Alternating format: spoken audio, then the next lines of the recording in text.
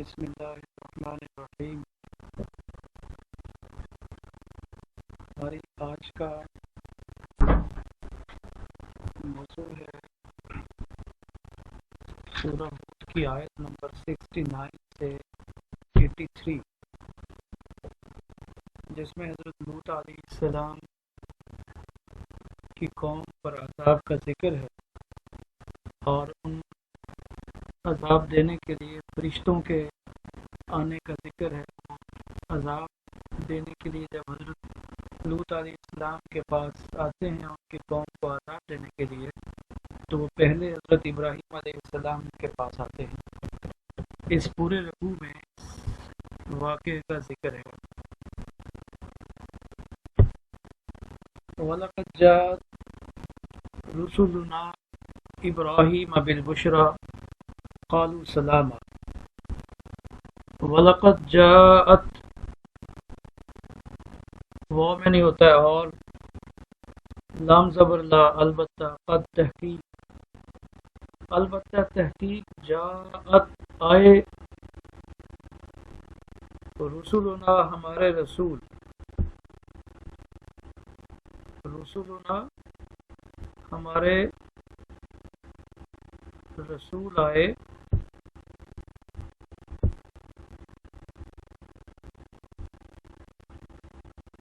ابراہیم، یا رسول سے مراد فرشتے، ہمارے بھیجے ہوئے، ہمارے پیغام بر، یہ لفظی معنی میں ہے۔ وَلَقَدْ جَاءَتْ رُسُلُنَا إِبْرَاهِيمَ بِالْبُشْرَى، اور جب ہمارے بھیجے ہوئے آئے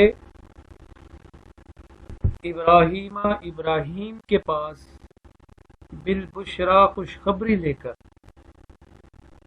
وَلَقَدْ جَاءَتْ رُسُلُنَا إِبْرَاهِيمَ بِالْبُشْرَى، اور جب ہمارے بھیجے ہوئے ابراہیم علیہ السلام کے پاس خوشخبری لے کر آئے، قالو، انہوں نے کہا، سلاما، سلام۔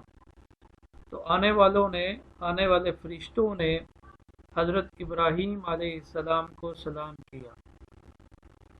قال سلام، حضرت قال کہا، سلام سلام، حضرت ابراہیم علیہ السلام نے بھی ان کے جواب میں سلام کہا۔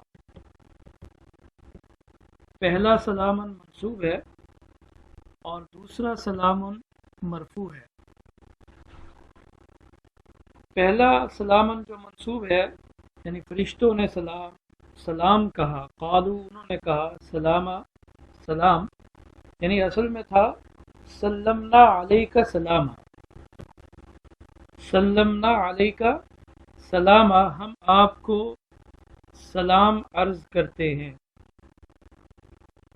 تو اس سے پہلے یعنی یہ منصوب ہے، مفعول ہے، اس سے پہلے فعل جو ہے ایک مقدر ہے، اور دوسرا جو سلام مبتدا ہے، یا تو یہ خبر مبتدا یا خبر ہونے کی وجہ سے مرفوع ہے۔ اگر یہ خبر ہونے کی وجہ سے مرفوع ہے تو پھر عبارت ہوگی امرکم سلام، یا اگر یہ خبر ہونے کی بنا پر منصوب ہے تو پھر ہوگا، مرفوع ہے تو پھر ہوگا علیکم سلام، یعنی تم پر بھی سلامتی ہو۔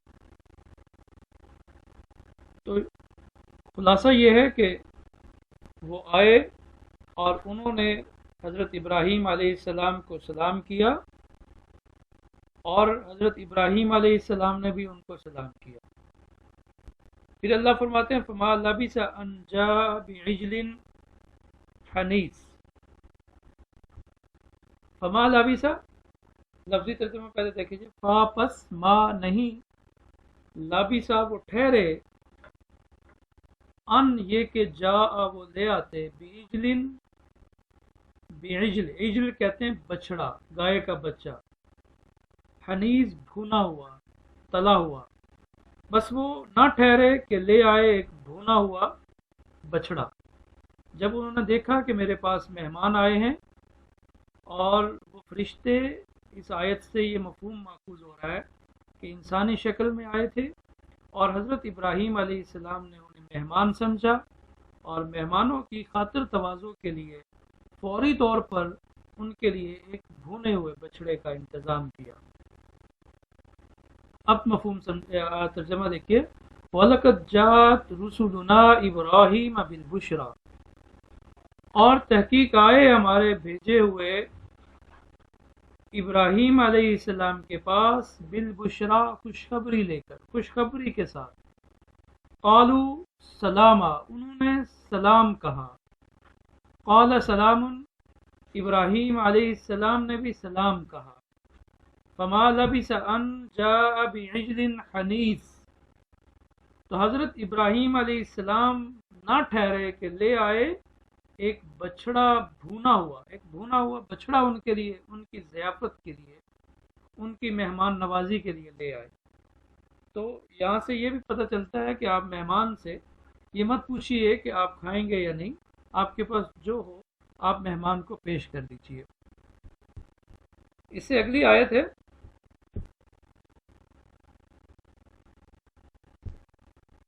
فَلَمَّا رَأَىٰ أَيْدِيَهُمْ لَا تَصِلُ إِلَيْهِ نَكِرَهُمْ وَأَوْجَسَ مِنْهُمْ خِیفَةً، پس لما جب، پس جب رعا دیکھا، رعا کا فاعل ہے ابراہیم، ابراہیم علیہ السلام نے دیکھا، ایدیہم، ان کے ہاتھوں کو، یعنی ان آنے والے مہمانوں کے ہاتھوں کو دیکھا۔ کیا دیکھا؟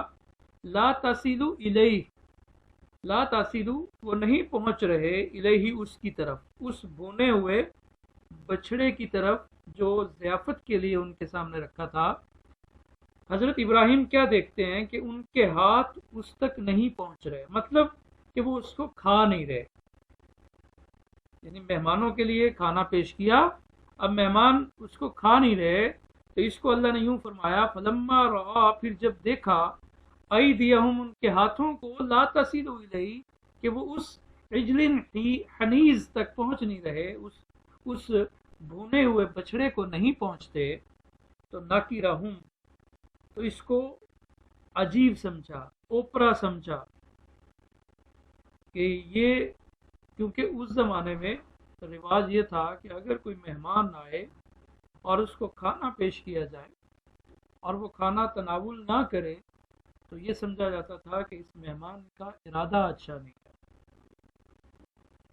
تو اب اس حضرت ابراہیم علیہ السلام نے جب دیکھا کہ مہمان کھانا تناول نہیں کر رہے، جو میں نے پیش کیا اس کو ہاتھ تک نہیں لگا رہے، تو انہیں یہ عجیب لگا۔ وَأَوْجَسَ مِنْهُمْ خِیفَةً، وَأَوْجَسَ مِنْهُمْ، اوجس وجسن سے ہے، وجسن،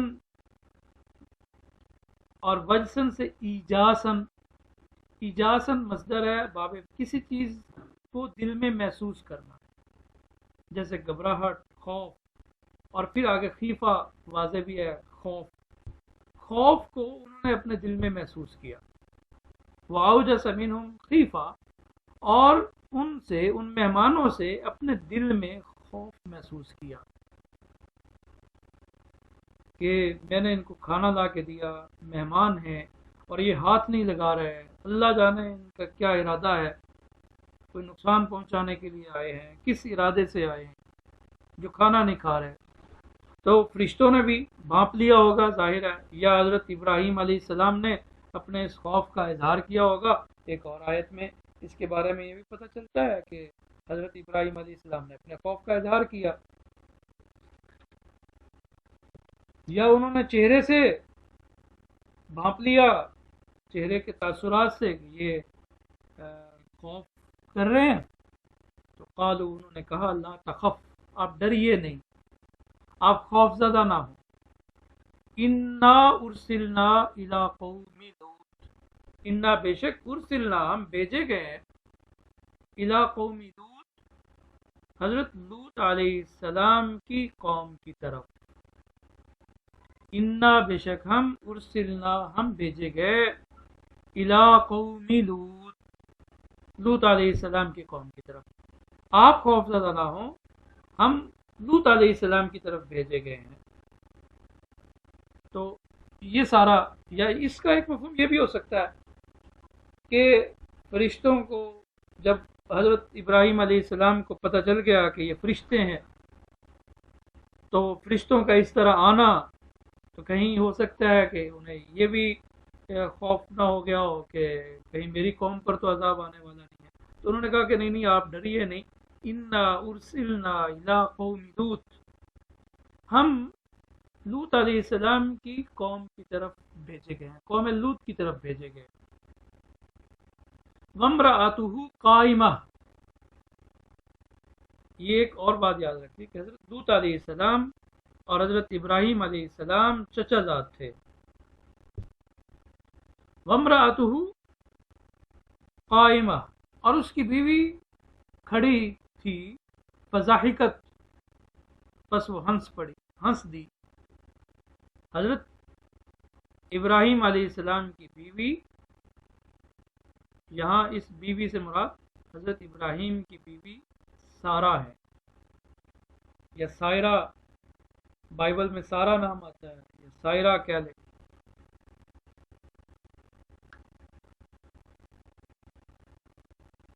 تو وہ کھڑی تھی، فضاحکت، وہ ہنس دی۔ اب اس سے ایک ہنسنا سے مراد یہ ہے کہ انہیں بھی قوم لوط کی بدکاریوں کا، برے اعمال کا، ان کے اعمال خبیثہ کا پتہ تھا، تو اب جب انہیں پتہ چلا کہ فرشتے ان کی قوم کو عذاب دینے آ رہے ہیں تو وہ ہنس پڑی۔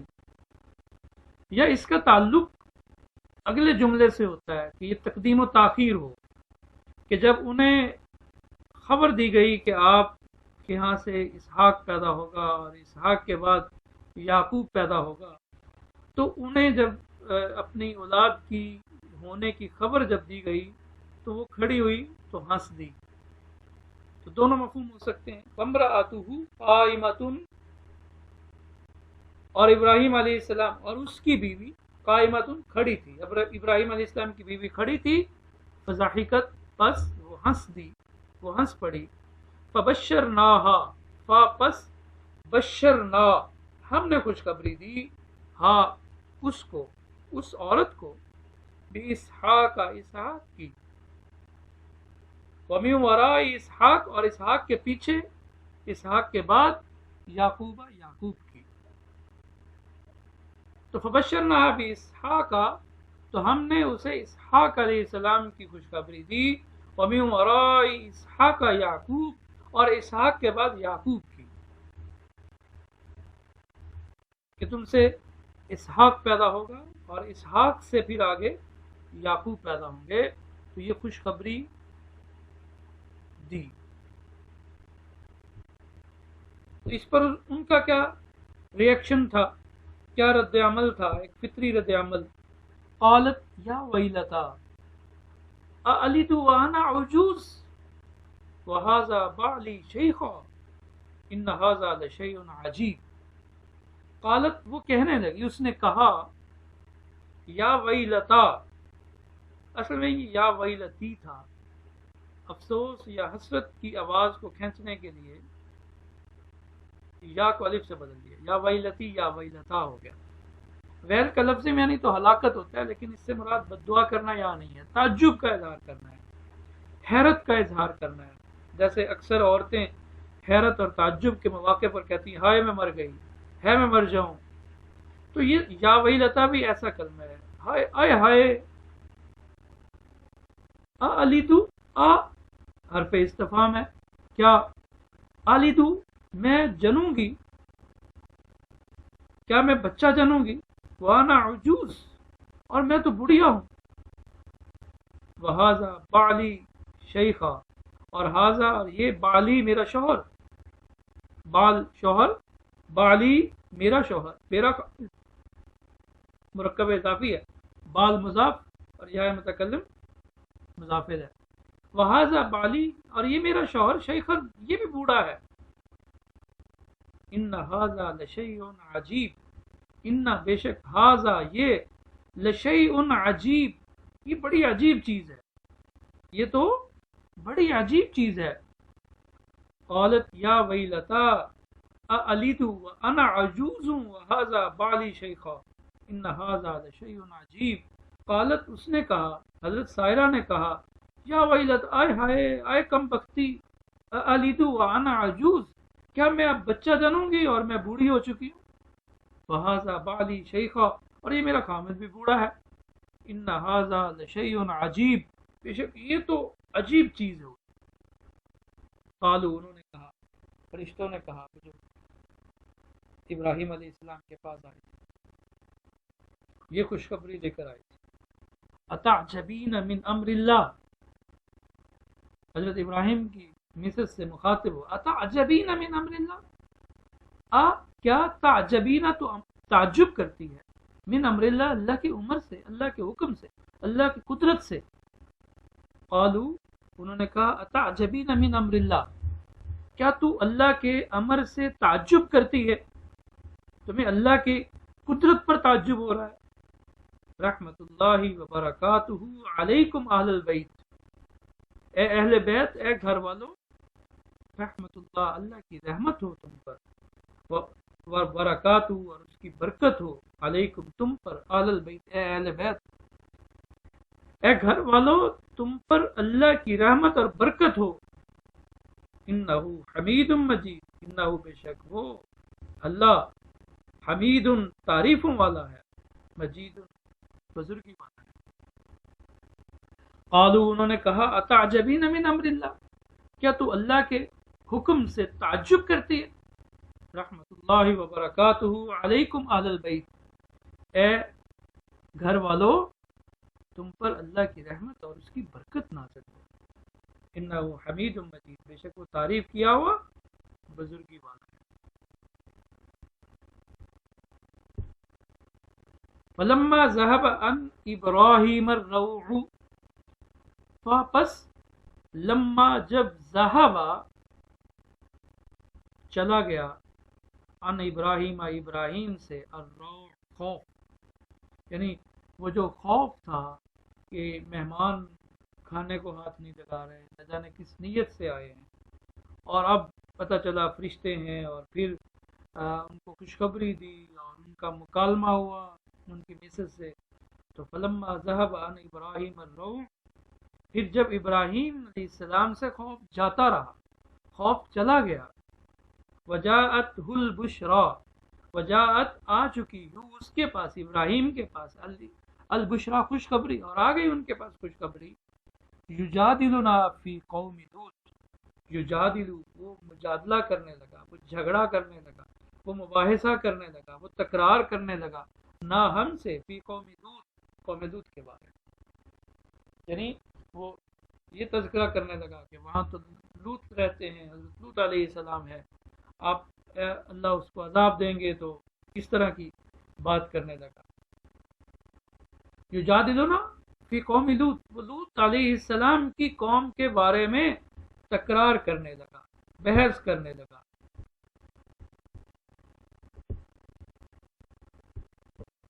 گفتگو کرنے لگا۔ ان ابراہیم، بے شک ابراہیم علیہ السلام، لحلیم، البتہ حلیم ہے، بردبار ہیں، اواہ، آہوزاری کرنے والے ہیں،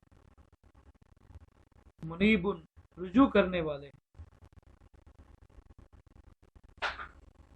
تو ان ابراہیم لحلیم اواہ مبین، بے شک ابراہیم علیہ السلام البتہ بردبار ہیں اور بہت آہوزاری کرنے والے ہیں، اپنے گناہوں پر بھی، دوسروں کی غمخواری میں بھی، لفظی میں نہیں، اواہ کا، کہ جو انسان اپنے گناہوں پر یا دوسروں کی غمخواری میں بہت زیادہ گڑ گڑائے اور گڑ گڑا کر دعا کرے تو کہتے ہیں اواہ، منیب، رجوع کرنے والا، اللہ کی طرف رجوع کرنے والا، اللہ کی طرف لوٹنے والا۔ ان ابراہیم لحلیم اواہ مبین، بے شک ابراہیم علیہ السلام بڑے بردبار، آہوزاری کرنے والے، رجوع کرنے والے۔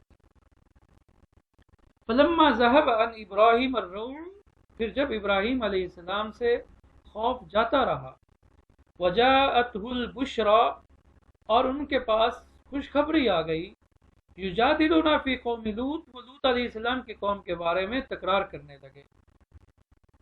ان ابراہیم لحلیم نواہ مبین، کہ بے شک ابراہیم علیہ السلام البتہ بردبار، آہوزاری کرنے والے اور رجوع کرنے والے تھے. اب اللہ اس کا آگے کیا جواب دیتے ہیں اس تکرار کے بعد؟ اللہ فرماتے ہیں یا ابراہیم عارض عن ھذا، یا ابراہیم، اے ابراہیم عارض عن ھذا، اس سے اعراض کر، اب تو اس سے اپنے آپ کو بچا، اس تکرار سے، اس بحث سے.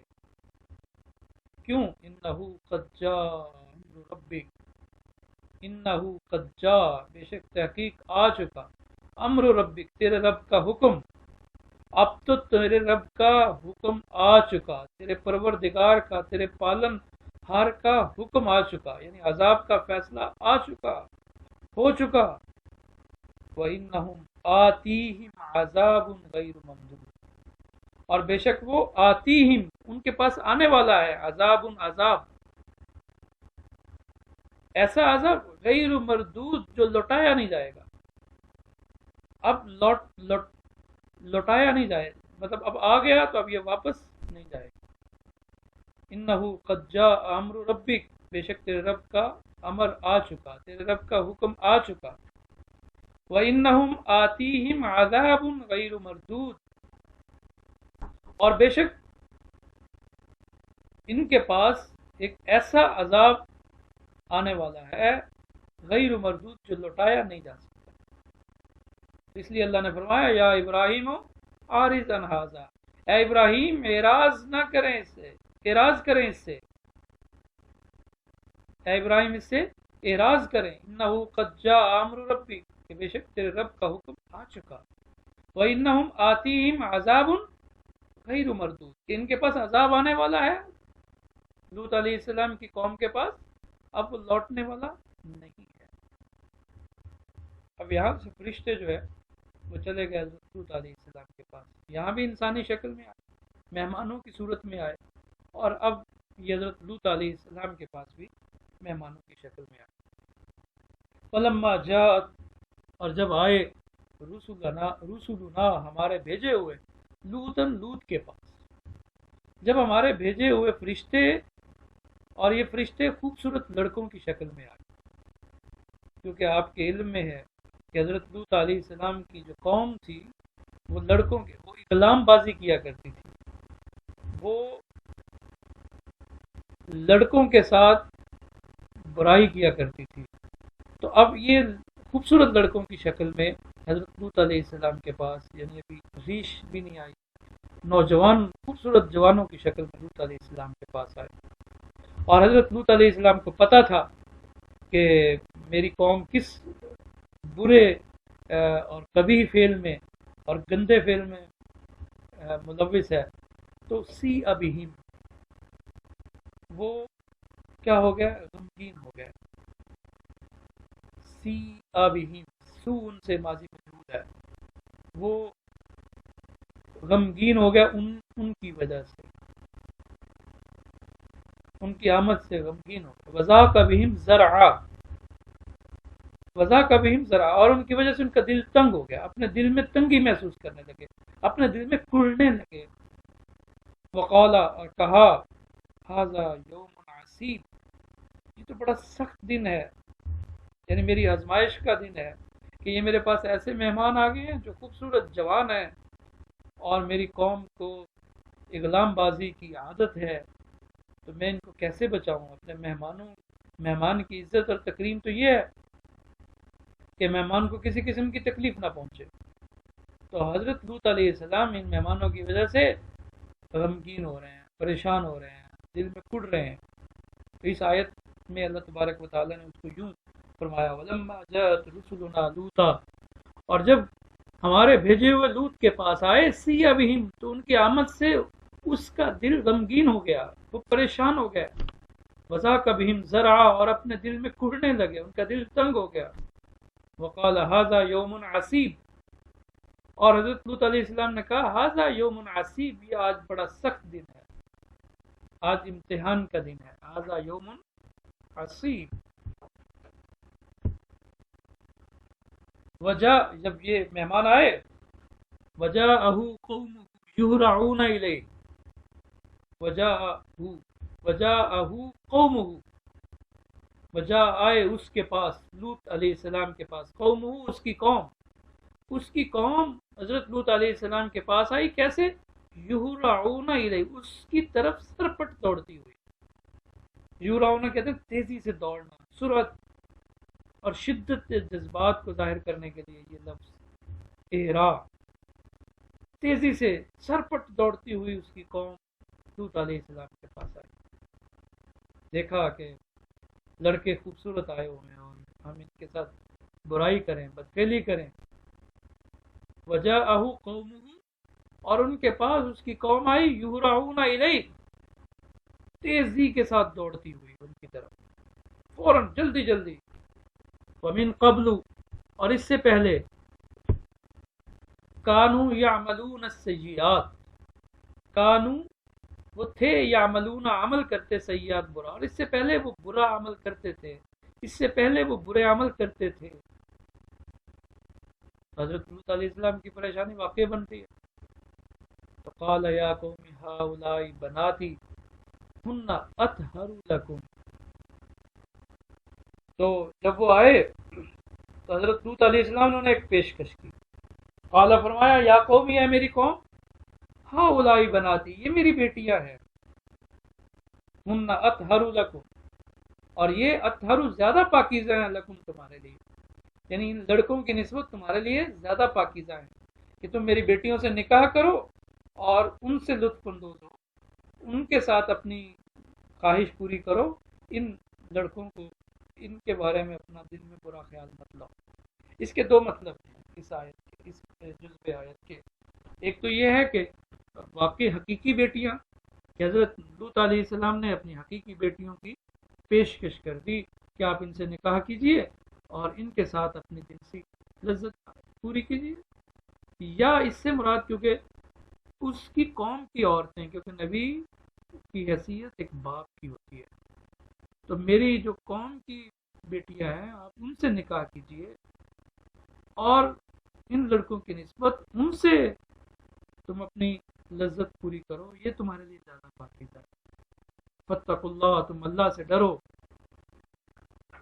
ولا تخزونی اور تم مجھے رسوا نہ کرو فی ضیفی میرے مہمان کے بارے میں میرے مہمانوں کے بارے میں تم مجھے رسوا نہ کرو کہ ان پر دست درازی کرو ان کے ساتھ بدفعلی کرو تو یہ ایسے ہے جیسے مجھے رسوا کرنا ہے میرے مہمان الیس منکم رجل الرشید الیس کیا نہیں ہے منکم تم میں رجل کوئی آدمی رشید سمجھدار کیا تم میں کوئی سمجھ والا آدمی نہیں جو تمہیں سمجھائے کہ یہ فعل بد ہے یہ فعل قبیح ہے وجاءہ قوم یہرعون الیہ اور ان کی قوم ان کے پاس دوڑتی ہوئی آئی ومن قبل کانوا یعملون السیئات اور اس سے پہلے وہ برائی کیا کرتے تھے برے عمل کیا کرتے تھے قال حضرت لوط علیہ السلام نے فرمایا یا قومی اے میری قوم ہؤلاء بناتی یہ میری بیٹیاں ہیں ہن اطہر لکم یہ تمہارے لیے زیادہ پاکیزہ ہیں فاتقوا اللہ تم اللہ سے ڈرو ولا تخزونی فی ضیفی اور تم میرے مہمانوں کے بارے میں مجھے رسوا نہ کرو الیس منکم رجل الرشید کیا تم میں کوئی سمجھدار آدمی نہیں ہے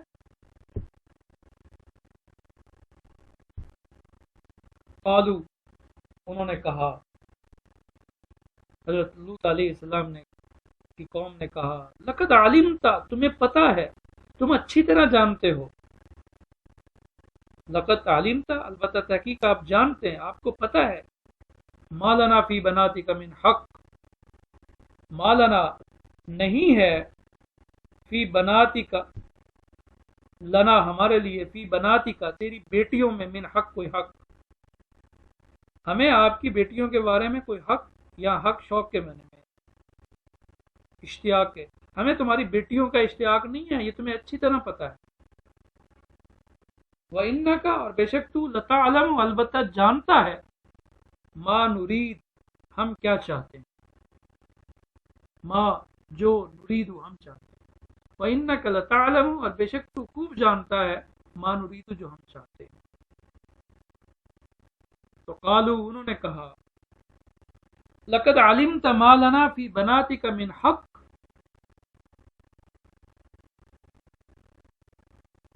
کہ اے لوط تجھے اچھی طرح پتا ہے کہ تمہاری بیٹیوں کے بارے میں ہمیں کوئی شوق نہیں ہے، کوئی ہماری خواہش نہیں ہے. وَإِنَّكَ لَتَعْلَمُ مَا نُرِيدُ، اور جو ہم چاہتے ہیں تمہیں خوب پتا ہے. قَالَ لَوْ أَنَّ لِي بِكُمْ قُوَّةً أَوْ آوِي إِلَىٰ رُكْنٍ شَدِيدٍ. قَالَ، کہا لوط علیہ السلام نے کہا لو کاش، انا بے شک، لی میرے لیے، بکم تم پر، قوت طاقت، کہ مجھے تمہارے مقابلے میں کاش کہ قوت کچھ طاقت حاصل ہو. او یا آوی، میں ٹھکانہ پکڑتا، آوی میں ٹھکانہ پکڑتا، الا طرف رکن سہارا، شدید مضبوط سخت، یا کہ میں کسی مضبوط سہارے کو کاش میں پکڑ سکتا، میں اپنے مہمانوں کو تمہاری بدفعلیوں سے، تمہاری ظلم سے بچا سکتا.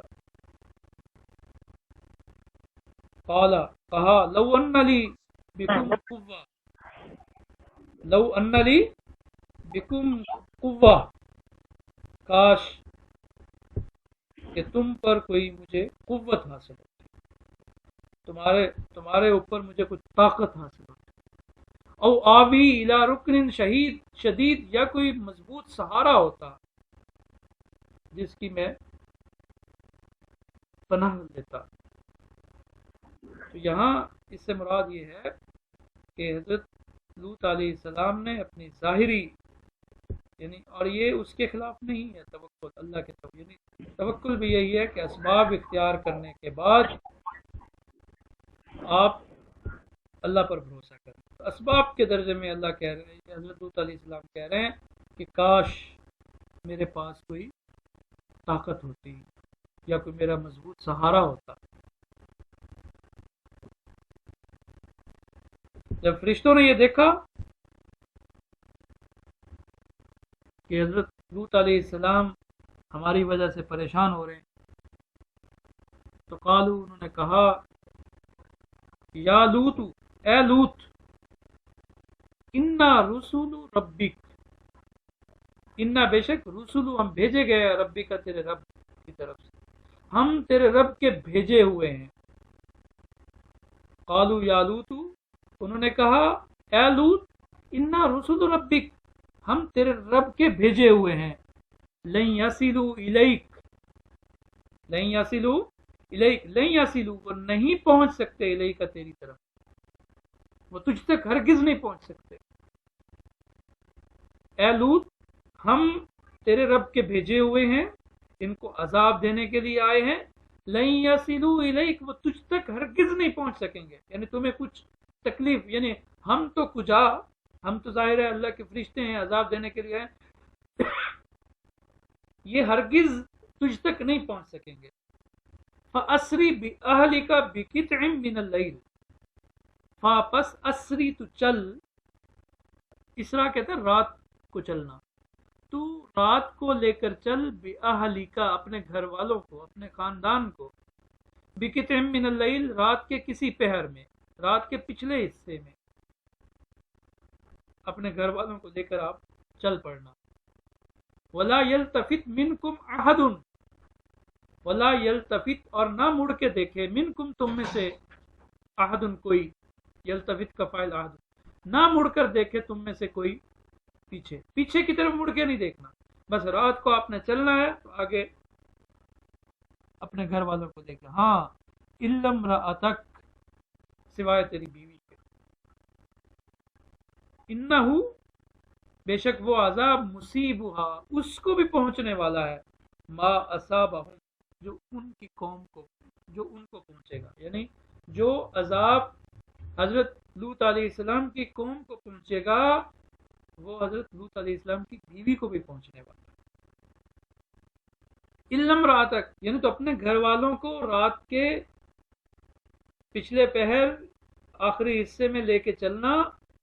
ولا یلتفت منکم احد، اور تم میں سے کوئی پیچھے مڑ کے نہ دیکھے. الا امرأتک، سوائے تمہاری بیوی کے. انہ مصیبھا ما اصابہم، اسے بھی وہ عذاب پہنچنے والا ہے جو ان کو پہنچنے والا ہے.